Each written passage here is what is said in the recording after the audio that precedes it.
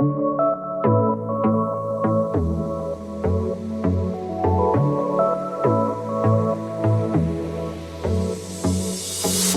everyone. Welcome back to the Nuance Needed podcast. I'm Amanda White. And this is Sam Dalton. And if you are just joining us, we are two licensed therapists who break down mental health culture and pop culture. And a lot of times we will use something happening in pop culture as a lens to talk about the deeper issues. Mm-hmm. Also, this is our 100th episode. Oh, yeah. I forgot. It's our 100th episode. What a great way to celebrate. The ultimate collision of what we talk about, really. Truly. Yeah. America's Next Top Model is the most, such a clear microcosm of all the mental health issues going on, cultural issues, what it means for women, really our bread and butter. So we're excited to get into it today. We are excited to get into it. I didn't know what to expect going into it. I guess maybe we should get into what our original relationship to ANTM was. What was yours? I watched it growing up. I loved it. I had a raging eating disorder, if people don't know. So it was a great, motivator. Yes, exactly. It was inspiration for me back then. I remember watching the Kenya storyline and very much being oh, look at that. And looking at, I used to do this terrible thing, and I'm sure other people can relate. I would watch people who were considered fat, and I would use it as motivation to try to not eat and starve myself, basically. So yeah, I really liked the show. I remember it started to get crazy. I think I only watched the first 8 seasons or so, and I stopped. It's been 20 years? I think I stopped watching when I went to college, probably, which was in 2008. Whitney was the last season that I watched.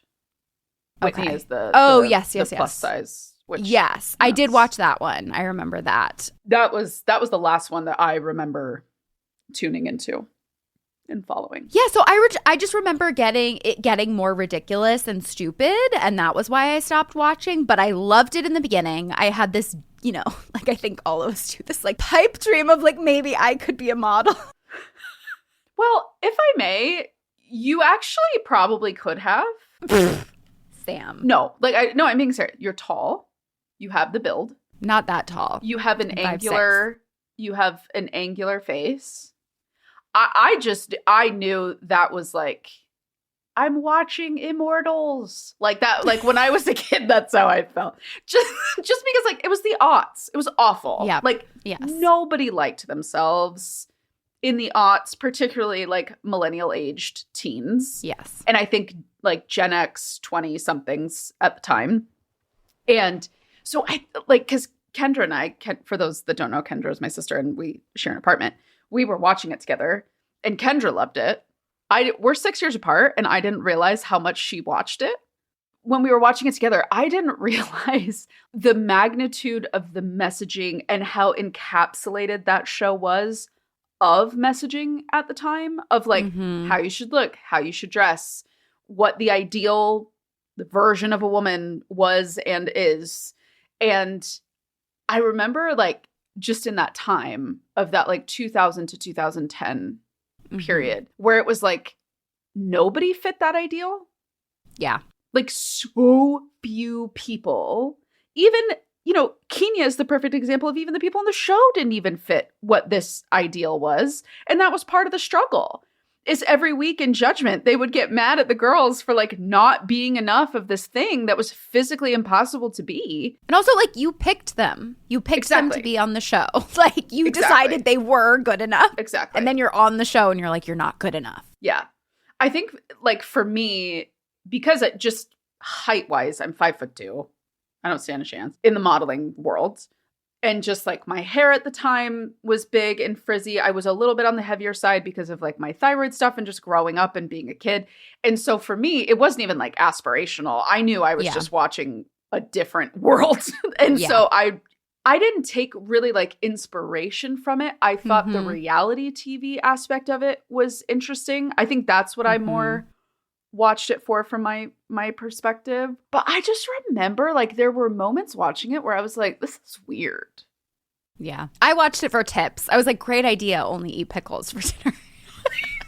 See, I was like, I couldn't eat like that. I thought I could. And then I would just, go binge later. So. Right. But this messaging of like, that's how to look like that. That's how you have to eat. And so for me, it was this acceptance of like, well, I couldn't live off of a pickle. So there goes that dream. But it is crazy. I mean, even you think of it, it's so connected to the time of like, right, that was when the Victoria's Secret fashion show was so popular. And yeah, like we were told that you saw celebrities. That was the time where Jessica Simpson in her, right, like high-waisted pants was told she was gross. And I think what's like the most sad and insidious to me, and it is like such a reflection of internalized misogyny, is we were like, and I think that's the whole thing is one of my big overviews is Tyra is a victim and a huge perpetrator. And it's like, that is also what we all do to each other is like, I remember thinking if I like judged other people for how they ate, I would then judge myself and that would make me thinner. And that was just so widespread through the magazines, through everything, how we would like pick apart women's bodies. And I think we were duped into thinking that it would inspire us to be better when really all it did was make us hate ourselves and everyone else. Oh, yeah. Yeah. Like me watching that, it was a confirmation of my not enoughness. And I felt like I had it was like forcing me to make peace with what I wasn't. Right. And like, I don't fit, like genetically, it's impossible for me to like fit that world. I have a very conflicted opinion of Tyra now because I think there's a part of me that, because for those that haven't watched it, the documentary opens with Tyra explaining a very brief synopsis of her career and then how she came to the idea of ANTM and how it got started and how she found the producer and the team and all that. So she does talk about her experience moving to Paris, being in New York, not being picked up for shows, having like a really hard time proving herself and realizing like she wanted to show the backstory and the back experience of what being a model is. What I have a really hard time with her narrative throughout the documentary is I am somehow equally supposed to believe she had all the power and none of it all at the same time. And I just do not buy into that bullshit for 2 seconds. And I think Tyra is an example of someone who still chooses to embrace their internalized misogyny and sexism, which we all have. Everybody has that. It doesn't matter who you are. Everybody has it. And part of the work is trying to be aware of it and aware of that socialization so you can do differently. But even in her goal of trying to do something different, it was the same thing. It was judgment. It was harsh. It was critiques. It was not enoughness. It was scandal. It was shame. And I just find it really funny that she thought she was being like inclusive of all sizes. Where? Like other than Whitney in season 10, where? I think the problem too, what I kept coming back to is I was like, the problem is that she is posing herself as a mentor. If you wanted to just have this show and have it be, we are going to find the next top model and we're going to do all of that, that's fine. I mean, it's not really fine, but like I would get it at least if that was just, she was like, it's tough. This is how, but the problem is she tried to develop these like personal relationships with the girls. She tried to really act like a mentor. She tried to, she would have like sometimes like private conversations with people. She would like collaborate with them. She really framed it as I am your big sister mentor. It's not my fault that the standards are this way, but they are. So I'm doing this for your own good. And again, it's like most of these people aren't going to make it. And you are causing a lot of harm to these people too. And the interests weren't aligned. You cannot have conflicting interests of having the most popular show ever, which means, right, like doing things that purposefully cause drama on a reality TV show, wanting the genuine best for all of these girls and really trying to mentor them. And then also trying to make sure that they all like are, you know, equipped to be able to become a model outside of things, especially when, based on a lot of the people that were interviewed, and it makes sense to me, these girls weren't really set up to be models. Especially when, I think it was Joni who said it, or someone said it, of like, I couldn't even use, maybe it was Kenya, I couldn't even use any of these shots because they were so ridiculous. Like, if you actually cared about these girls becoming models, you would do a lot more things. You wouldn't have them be posing in coffins and garbage, which we'll get into of how terrible some of that stuff was. For these photos, you would be trying to do more realistic stuff, and you would actually be mentoring them. Because when I was thinking back to my experience of watching it in real time and then now watching them be reflective of it, I was trying to match up my interpretation and experience at the time to what they were telling me. Yeah. And what I think is interesting is, like, the modeling was secondary to the show. It was everything else. It was the drama with the girls. It was the problems in the house. It was who didn't like who didn't get along with what, who, you know, ate it at the shoot, and then the drama of the judgment, and then Janice Dickinson being mentally unwell. Yeah, she like was that terrible. is beyond anything that should be encouraged or allowed in public. Agree. And they just said it's fine because she's the first supermodel. I'm just like, this isn't even helpful to anybody either. Like, a lot of the feedback was just ridicule. But I do think, Sam, that's exactly right. Like, what made it so popular but also so terrible was what Tyra said. It was a combination of the real world and, like, American Idol for modeling. And I think that if you actually cared about these girls becoming models, it shouldn't have included the real world component. It should have been a masterclass finishing school for becoming a professional model and bringing in people that are actually in the industry. Yes. People that work in this industry, people that understand this industry, people that have connections, that know how to actually open doors, that are partnered with brands that need models at the varying fashion weeks, at varying events, right? For shoots, for campaigns, all of it. There was none of that. Yes, like, I'm not trying to diminish Nigel Barker's career or Miss J or Jay Manuel. I'm not trying to diminish them, but they were on the fringe of that. They weren't necessarily name makers. Well, and that was the problem because, again, this wasn't picked up right away because people didn't want to be a part of it because it was very different. So yeah, I think that it's not like another show where, I don't know, The Voice, for example, right? Where they're bringing in like very talented people to help. Again, not saying they're not talented, but like industry connected people. It was so conflicting watching it as well because it for me, it really opened up in my mind this back and forth debate on reality TV.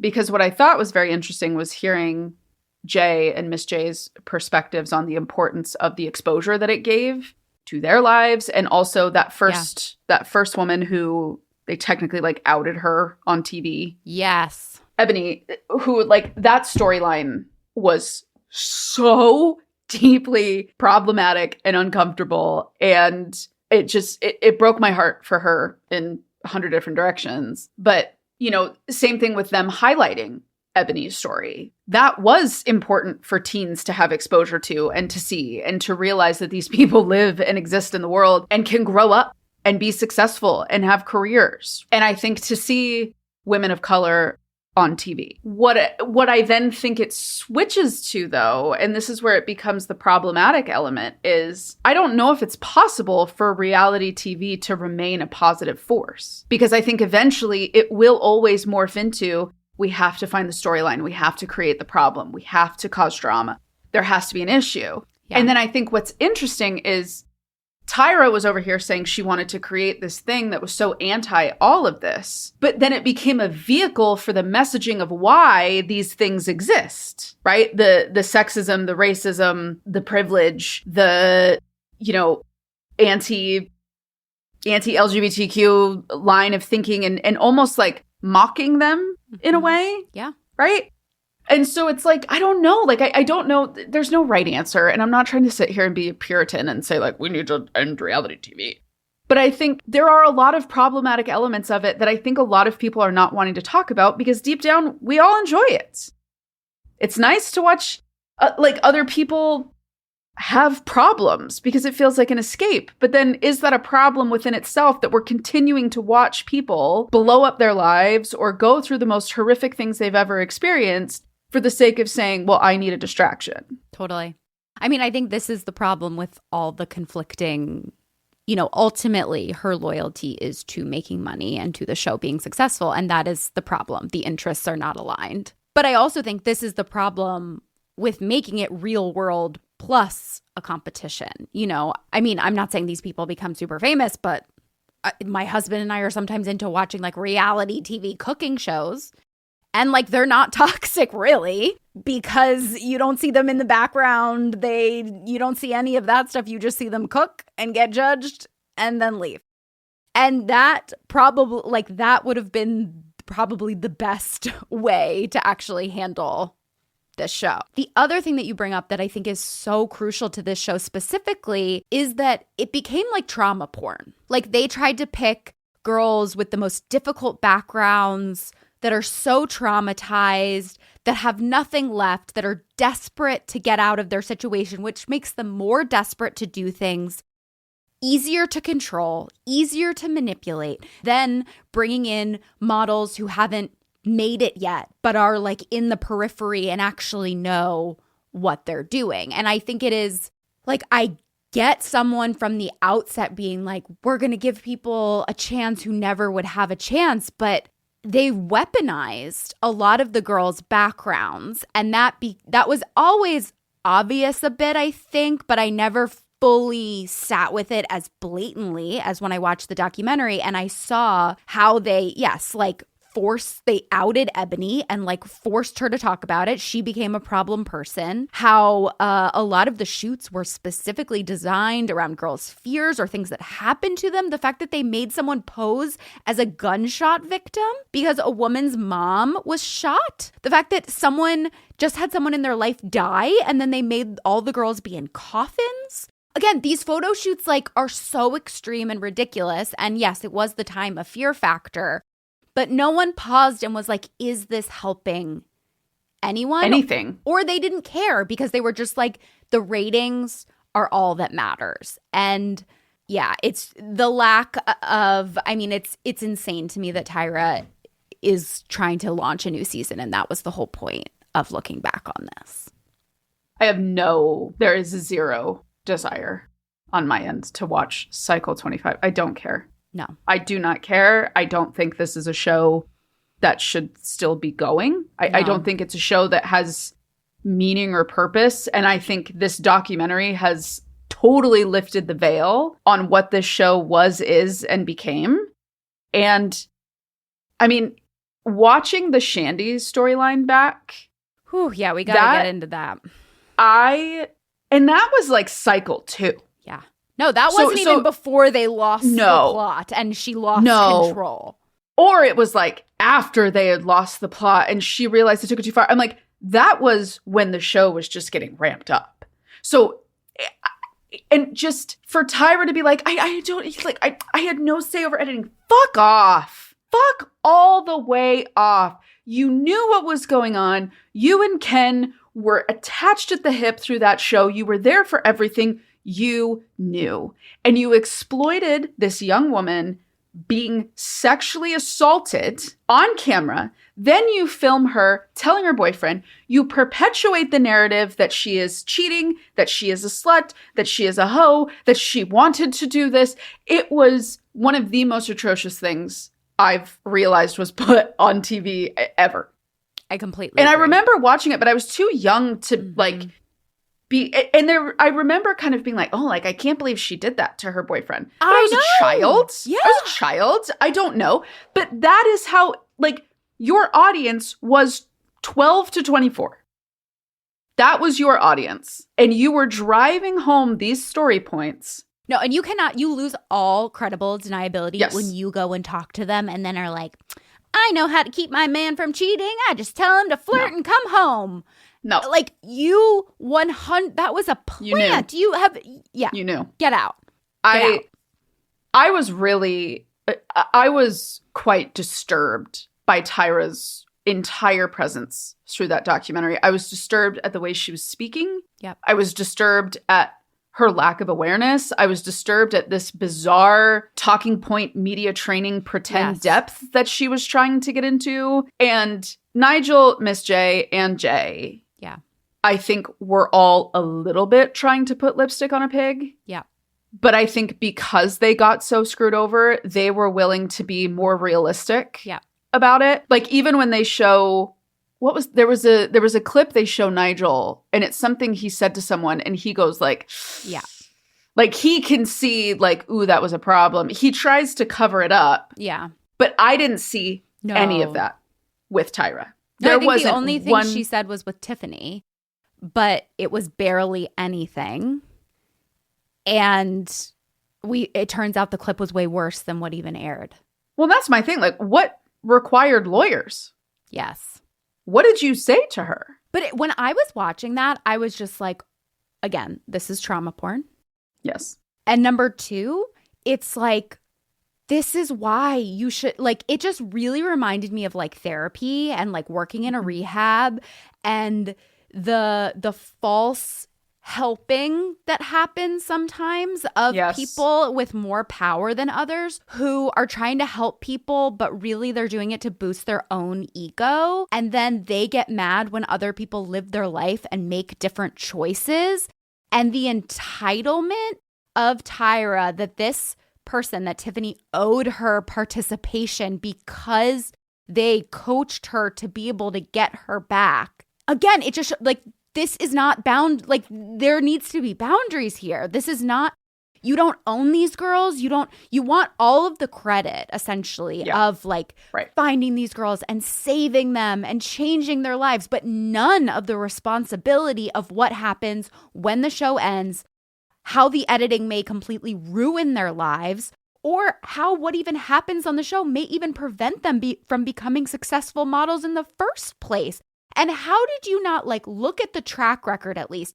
And again, this is my problem with, if you talk about American Idol, it is not like Simon is a mentor who is like working with all these people and I handpicked these people to make them become, stars. When people don't become stars on American Idol after a certain point, I don't like blame the judges because I'm like, you aren't actually like, number one, typically anything happens on American Idol because it's not a real world type show happens that would make someone not want to work with you typically. But number two, they're not responsible. Where Tyra framed this all as like, I am helping these girls get discovered. So if you actually cared about that, when people weren't getting work, or you even let's say you can't stop the real world component of it, why wouldn't you look at how the photo shoots are not giving people an actual portfolio to walk away from? Why? Because you don't care. Because all you care about is ratings and doing the most ridiculous thing. And shame on you for doing both. Be selfish and do it if you want, but stop framing yourself as the hero. And that's my problem. No, a fucking men. Amen. Because this show was about Tyra. Mm-hmm. This show was about Tyra. Making money. And that is why Tyra is so protective of it. Because it was her. Yep. It was her. And it was all about her getting to do what she wanted, when she wanted, and have this pretend charity. Yes, yes. That was plucking girls from obscurity, traumatic situations and life circumstances, and saying like, look what I did. I put them on TV. And then this insane distance that you're able to have of like, well, if it didn't work out, that was because you just weren't good enough. And that's what the industry is. You're just not good enough. And I can't save you from that. But I gave you the chance. Like, that was her mindset the entire time. She saw nothing wrong with what she did. Also, the whole the fact that multiple seasons had a let's change everybody's race component. What?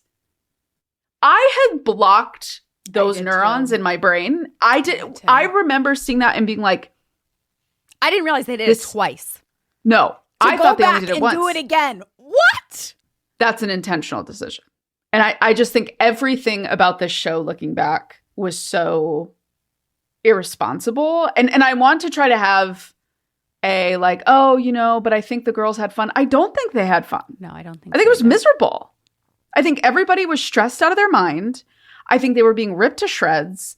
We were watching everybody's worst insecurities and fears play out on live TV and having those buttons poked at by some of the cruelest, most judgmental people I've ever seen. Yeah, why did the TV. panel of judges keep getting bigger and bigger and bigger, and people who like, yeah. I don't know. Also, she shouldn't have been a judge. You can't be a judge and be a mentor. No. And be producing and like the show. It was just so many conflicting roles. That's why I think it is the most like glorious load of gaslighting bullshit that you try to say to me with a straight face, I didn't know. I wasn't in charge of editing. What? I love how they put, right? She said, I can't really talk about production. And they put across the screen executive producer. Yeah. Yeah. But I had no say. It's so sad. I had no control. It was disgusting. If it was that bad then, like, you should have quit then if you had no control. I'm sorry. You should have. I am so glad she didn't have a single paw print on the development of this doc, because I think it was able to be realistic. Yeah. And I think the people that made this documentary did an excellent job overall. I think they really highlighted the critical storylines that were the most problematic. They gave these women, who in some ways are essentially like survivors of this, the chance to speak honestly. I think what happened to Danny is an absolute travesty. The fact that these girls, literally, when I think about what some of them have been through and how it like basically ruined their lives. And then they also didn't even become models. Again, it is like the plucking people out of specific situations, putting their trauma on display and giving them no support, resources, or follow-up, exposing them to horrible like public opinion. And then, framing it as, oops, well, you know, they just couldn't make it. They dropped the ball with their opportunity is just astounding. It's breathtaking in its cruelty. And I think they kept using the fear factor example, right? Or comparison. Yeah. And what I want to say is, okay, let's be very brutal about this comparison. On a show like Fear Factor, someone is eyes wide open aware that their fears and insecurities are going to be exploited solely for the potential of financial gain. Nobody is promising them anything. Nobody is telling them things will be magically better overnight. Nobody is dangling a carrot in front of their face. They say, if you go stick your hand in a vat of snakes, you might win $100,000. And someone in their mind feels that they have all the information they need to make an authentic decision for them. And say, I am willing to trigger myself and put myself through that event because it is that straightforward. I am going to do weird, scary things that scare me in order to try to get money. That is a completely different realm than you are telling these women. This will change everything about your life. Your dream life is possible if you just do everything I tell you. Everything that you hate and detest about your own life will go away if you do this thing. And guess what? If you end up back in your life, it's because you're not good enough. I love that you're saying this, Sam. I completely agree. And it's like, I'm sorry, most models are not going to model in a coffin. No. Most models are not going to pose as gunshot victims. Like, stop acting like their fears are legitimately going to prevent them and that this is actually helping them. Because you're right, they have no consent and then they frame it as, well, you're going to have to be able to do anything in modeling. And it's just like, that's not true. You can actually you can decide not to do a job. If they're doing an open casting call for being buried, you can decide not to do it, or being killed. You can decide that it's too close to home. And I hated that they framed everything as people aren't strong enough and you're not going to make it because you won't do these things. Also, Sam, I think there was no better example of how like unrealistic this was than when Kenya was in that photo shoot where a man was touching her, and she asked herself, what would Tyra say? And she tried to very professionally stop the shoot and stand up for herself. And then everyone gaslighted her and acted like she was crazy for asking for something. They said she was ruining the vibes of the photo shoot. And then they criticized her and were critical of her during the judging. And then Tyra said that what she would have done was just make a joke to the guy. And I was just like, she tried. She tried to advocate for herself and she wasn't listened to. And I'm not saying that, like, I'm sure terrible, inappropriate things happen on modeling shoots and stuff like that. But again, the fact this is Tyra being a perpetrator also, that she was just like, well, you didn't do it in a fun enough way. And you didn't advocate, you don't need to advocate for yourself. You just need to be more chill. And that is the problem. If you're on a reality show, I'm sorry, you deserve to be like, I know we can't control what other people are doing on their photo shoots, but if we're showing this to viewers and multiple people are there watching someone being handled who's not supposed to be touching you, and we say that she was just not cool enough, it's insane. But then to say, oh, we don't know what happened on set, but then you pick the photo that perfectly highlights exactly what happened on set. It's grotesque. And I'm so glad you brought that up, because I think that storyline to me, when Kenya shared that story, and I remember I remember that episode and watching that one. And I think this perfectly highlighted this show was toxic to its core. And the reason I say that is because Tyra had done zero, from what we know, clearly, doesn't seem to have done any serious internal introspection of how she could actually change the modeling industry. Yes. Because every opportunity that she was given to do something different about a problem that is common in other situations that aren't on camera, she chose to double down, dig her heels in, and do even worse than I think what happened in some legitimate professional setting. Because at least those people weren't on TV being ridiculed by the masses. At least those shameful things happened in private. Right?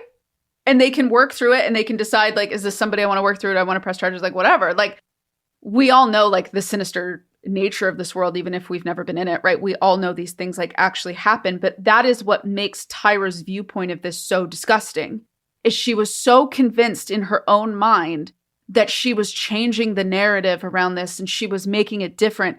But all she was doing was giving almost a mockumentary to the absurdity of the industry and how unfair it is and how you don't stand a chance. And I think in some ways it almost launched the Nepo baby model rise, because it became, notice how, like, so many of the models now, like, their moms were supermodels back in the day, or models back in the day, or actresses or whatever. And I really think it's like these women could protect their daughters and advocate for them and give them their connections. And they already had, relationships with these brands or these organizations or these talent agencies.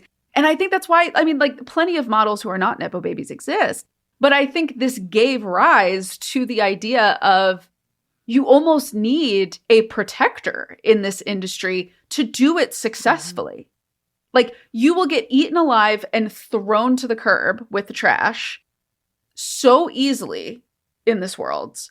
And I think, Nepo babies have always existed. I'm not sitting here saying, like, this invented the Nepo baby, but it was an interesting connection I made in my mind if I feel like it was in the 10s with, like, the Kardashians and Kendall getting into modeling, and then, Gigi Hadid and Bella Hadid, and now, Kaya Gerber and all of these other models whose moms were these titans. Kate Moss's daughter is now in modeling. Heidi Klum's children are all models. Like, I think these people, the ones who were the most successful, were the ones who had the best coaching, which is what I find interesting, that Tyra is showing what happens when it's the exact opposite. Yeah. Well, we are firmly in February right now, which many would say is the month of love. Good old Valentine's Day. However, I also think love can be expanded just beyond the typical couples experience, right? You love your family, you love your friends, you love your kids, you love your pets, and everybody needs a little present sometimes now and then to be reminded of why we love them and we're thinking of them and we care about them. Now, I need to tell you about two things that I think would make phenomenal presents for literally anybody in your life.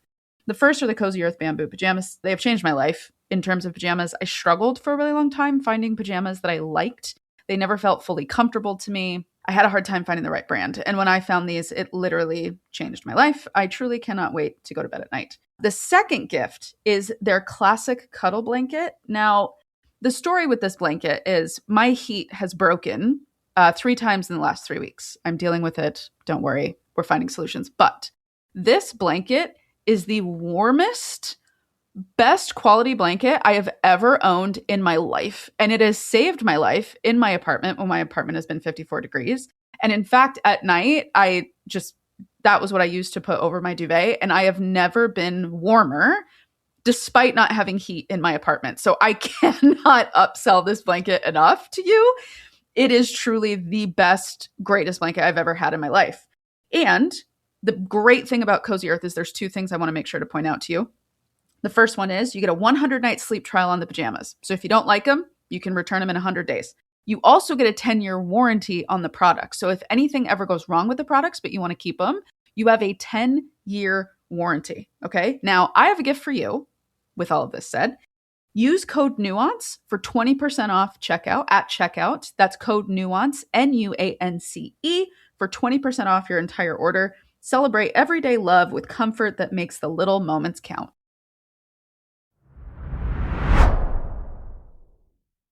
So, Sam, one thing I've been thinking about, and I'm interested in your thoughts, if we were to play Let's Make This Show Work, like, how could we make this better? I think it would be insanely boring. I wouldn't find it boring. The version that I have in my mind, I would actually find insanely interesting. Mm-hmm. So I don't know. You and whoever is listening to this can tell me. But I think a legitimate, responsible, ethical documentary on the world of getting into modeling.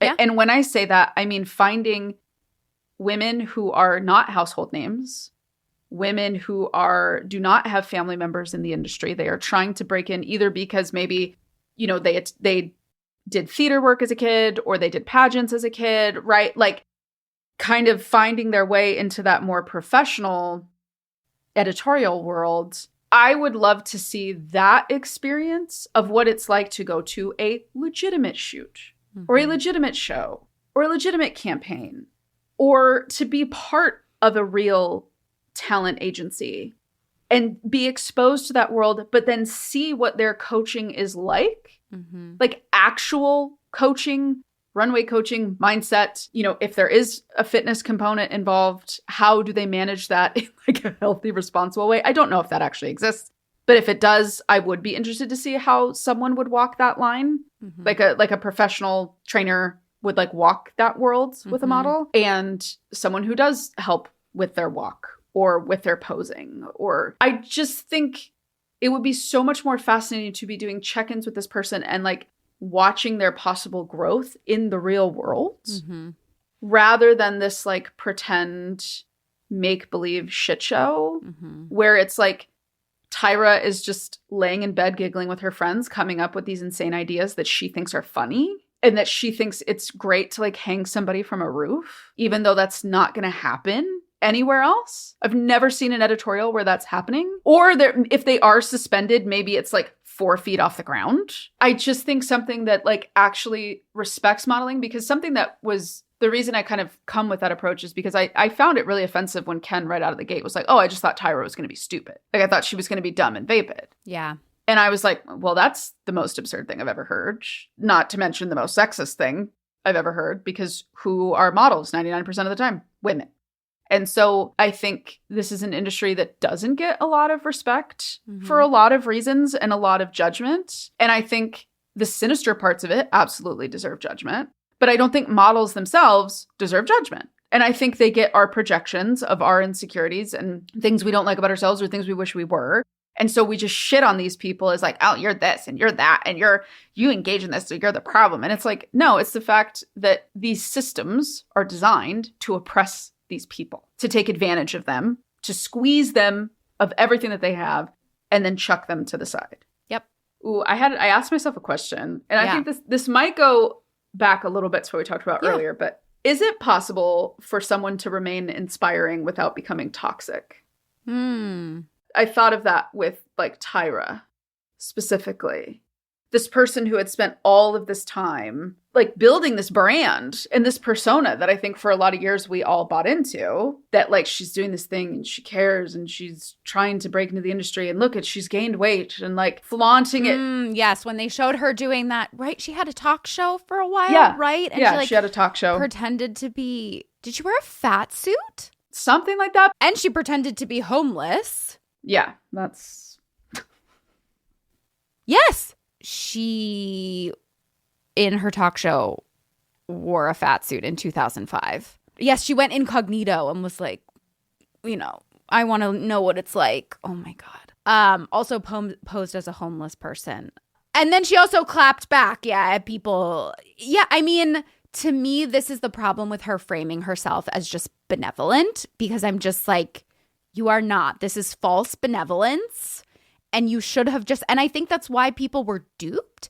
And that to me is there are a lot of biggest cruxes of the show, but stop acting like this show is about helping girls when it is about you furthering your career and making money. And if you wanted to just be like, I'm a model, things are really hard out here, I'm going to show you how hard it is, and maybe one person will win, I think it would have been there would have still been a lot of problems for us to talk about, but Tyra wouldn't have been like the capital P problem. But all the false benevolence, all of her like loose relationships with the girls, all of her, I care about you, I'm trying to help you, I'm going to change your life, is what makes it so sinister. To put it very succinctly, it is about her.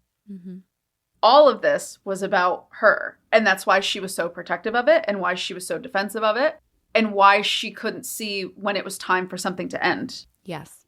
And I think that is because she was too greedy. She was too greedy, and she knew what she had. And I don't know how much I believe the storyline that the only way to move forward was cutting all three. I agree. I also, though, am confused why Jay wanted to leave and they wouldn't let him leave. And he said he would stay for one more season, and then he stayed for like 6? Like 10 more seasons. 10 more. Like, that was really confusing to me, too.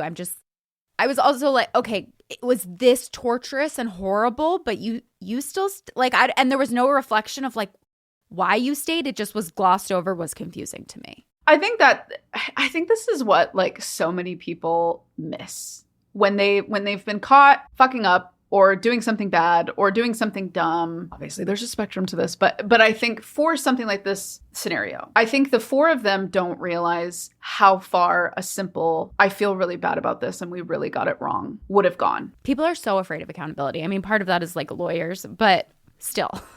But also, like, you got it wrong. Yeah. All of you, Ken included. I think even that woman who was at UPN or whatever, the network executive, they all got it wrong. Yes. They all got it wrong. They all made bad choices that took advantage of these girls who had no power and no recourse and no ability to advocate for themselves. And they all got fed to the wolves. I was really, really disappointed. Yeah, it was I left before I didn't put together that there was a new season launching. And I left the documentary being like, why bother? Why bother sitting down and having an interview when you aren't going to take any responsibility or say anything of meaning? It was truly, I mean, I've never seen anyone so, I wrote in my notes, Tyra is a politician.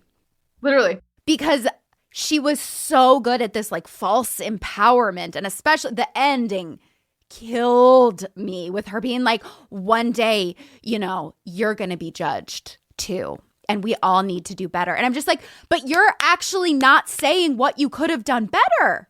So what are you even talking about? This is it was such a good example of using, like, this wasn't therapy speak, but like using the vernacular of accountability and doing better and weaponizing it to not take accountability, but pretend that you are. It was like gag worthy, the end, honestly. It was so syrupy and it felt so fake. And there was not, I think what it proved to me is I'm like, oh, like you do not see a problem with this. No, you are delusional. You're delusional. You truly think this was the thing you think it was. And you are choosing to willfully, with your whole chest, ignore the reality of what this thing was. And do it again. What? And do it again. How do you and not think that it. people are... I don't know. It's going to be fascinating to see what happens in this quote-unquote new season, if they've even started it, if this documentary will change that. Because I mean, I don't see how it'll go well now.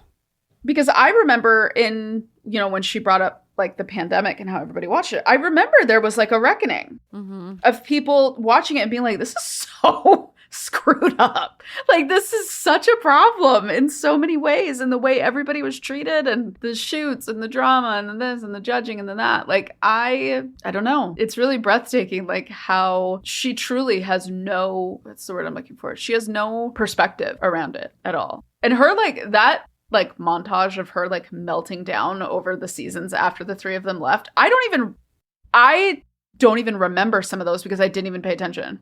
Yes, because I remember being like, care. This is insane.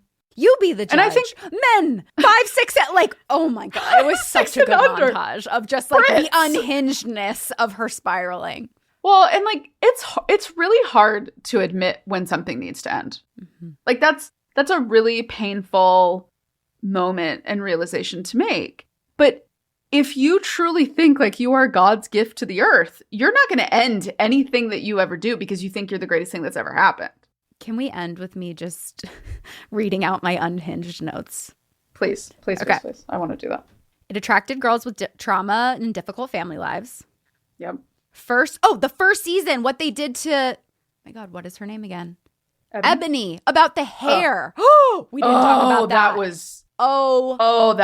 That made me nauseous. Horrific. The fact that Tyra didn't even attempt to repair, the fact that Tyra let that happen. How did you, Tyra, a Black woman, not know that this would happen to her? That's what was, I'm not a Black woman. I'm not going to speak for any of them. As a white woman on the outside, I found it particularly reprehensible how dismissive and judgmental Tyra was of Black women's experience on that show. Yes.